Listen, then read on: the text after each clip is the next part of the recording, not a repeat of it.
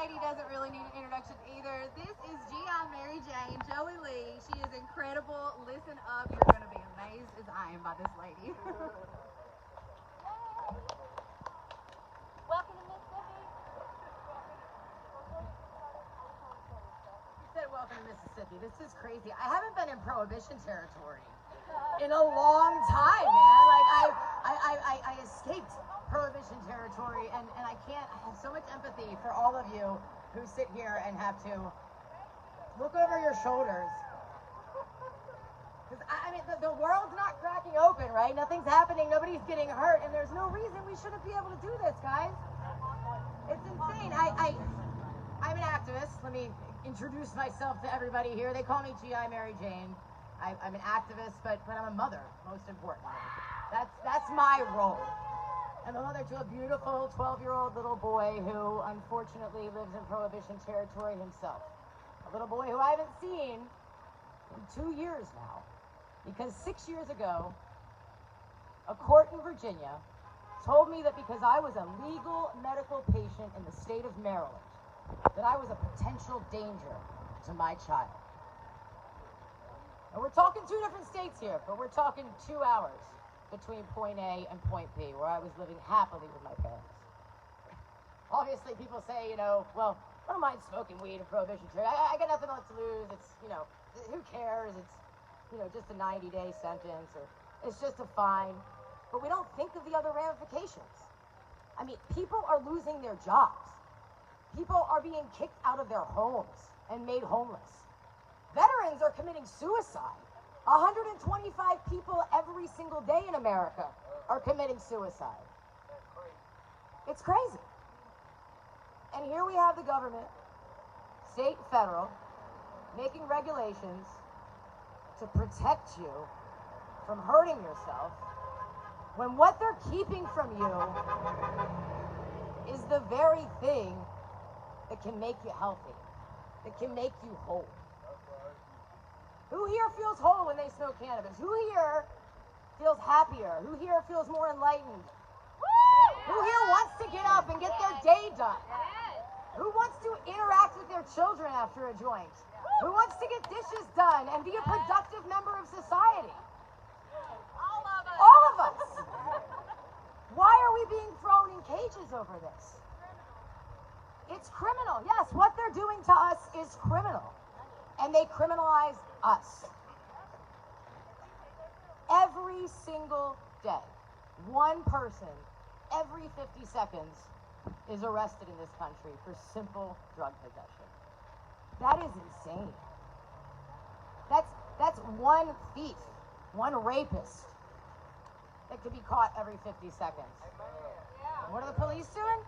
They're chasing me. They're chasing you. They're gunning down your dogs. 23 of those a day, by the way. Where is PETA on this? By the way. But you guys, I'm here to say keep fighting.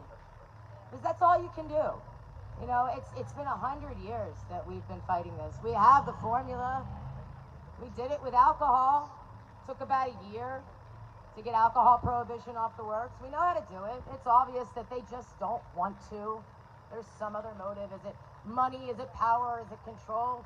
I don't care. I don't care what it is. It's the wrong motive.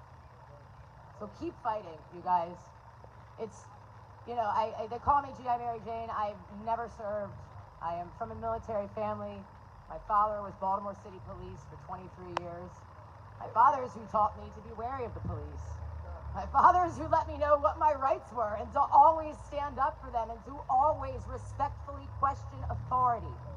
Yes. Even him. Yes. Yes. Keep questioning. Keep doing it.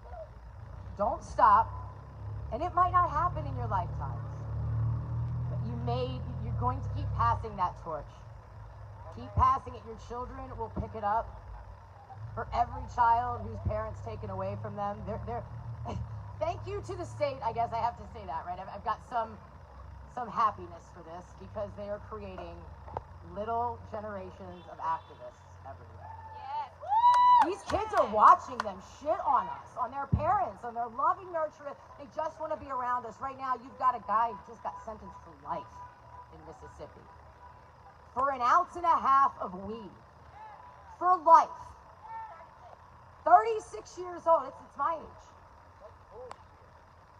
And he had already spent about a dozen years behind jail. His first violent crime was back in 2004.